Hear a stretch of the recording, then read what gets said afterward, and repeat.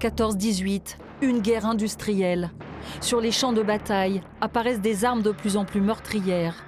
Artillerie lourde, mitrailleuses, canons, grenades, lance-flammes. Même protégée par un casque, la tête des soldats est plus exposée aux projectiles. Dans les tranchées, les mauvaises conditions sanitaires entraînent l'infection des plaies. Dès l'automne 14, Lyon devient ville-hôpital. Des milliers de poilus reviennent du front méconnaissables, des traumatismes jusqu'alors inimaginables. Le nez, la mâchoire, les yeux sont mutilés, parfois un simple trou au milieu de la figure. La complexité des blessures est telle qu'elle oblige les praticiens à innover pour réparer, recréer des visages. C'est un travail collectif, c'est un travail de stomatologue, c'est un travail de chirurgien, de médecins de différentes disciplines pour donner un résultat qui quelquefois semble vraiment étonnant pour l'époque, parce que c'était les débuts de la chirurgie maxillofaciale et ils ont tout de suite apporté des réponses assez étonnantes. Les balbutiements de la discipline. Des chirurgiens d'exception se mobilisent, parmi eux Albéric Pont. Il crée et dirige à Lyon l'un des premiers centres de stomatologie et chirurgie maxillofaciale de France. Les praticiens appareillent les bouches, les mâchoires, réparent les plaies béantes. 7000 broyés de la guerre sont soignés dans son service.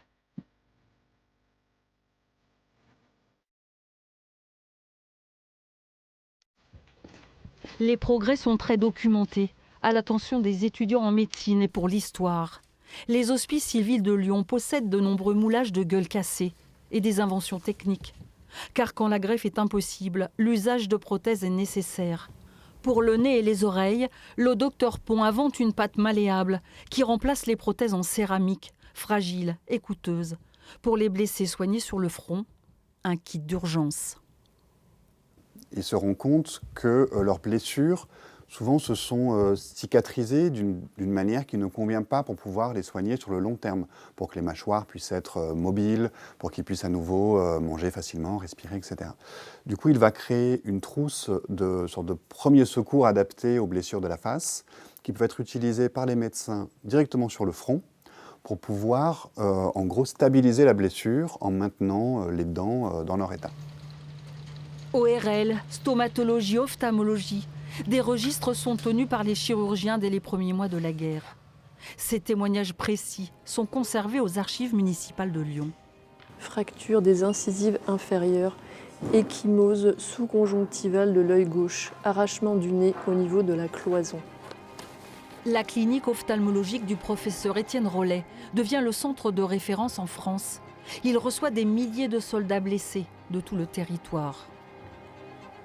Le plus impressionnant, c'est le volume. Et c'est vrai que ce qui correspond à la période 14-18 et au nombre de blessures qui sont répertoriées dans les archives, rien que ça, en fait, ça donne une idée de l'ampleur du travail des médecins à l'arrière. Et aussi, ça nous donne un aperçu de ce que va être la vie de ces rescapés, en fait, une fois la Première Guerre terminée. Réparer les survivants, leur redonner une dignité. Peut-être que le médecin, c'est la première personne qui, après sa blessure, considère le patient et le blessé ici comme un humain et comme une personne à part entière. Donc il y a aussi ce regard qui est extrêmement important. Quelque part, c'est le premier qui va dire au blessé « Je te reconnais dans ton visage, dans ton intégrité, dans ton identité ». Un siècle plus tard, à l'hôpital de la Croix-Rousse, des chirurgiens opèrent une lésion de la mâchoire. La technique consiste à transférer un morceau de l'os du fémur à la tête du patient. Reconstruire un visage, comme lors de la Grande Guerre.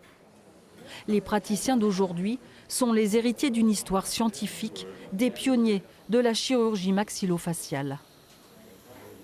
On s'est rendu compte qu'en fait c'était une vraie discipline à part entière, au même titre que l'orthopédie, que la chirurgie viscérale. Et donc c'est une très jeune spécialité finalement dans la chirurgie par rapport aux autres. Donc on est encore en plein essor, en plein progrès au niveau technique, au niveau de ce qu'on est capable de faire chirurgicalement. En 1921, 3 hommes fondent l'association des blessés de la face et de la tête. Ils choisissent de s'appeler les Gueules Cassées. Leur devise, sourire malgré tout.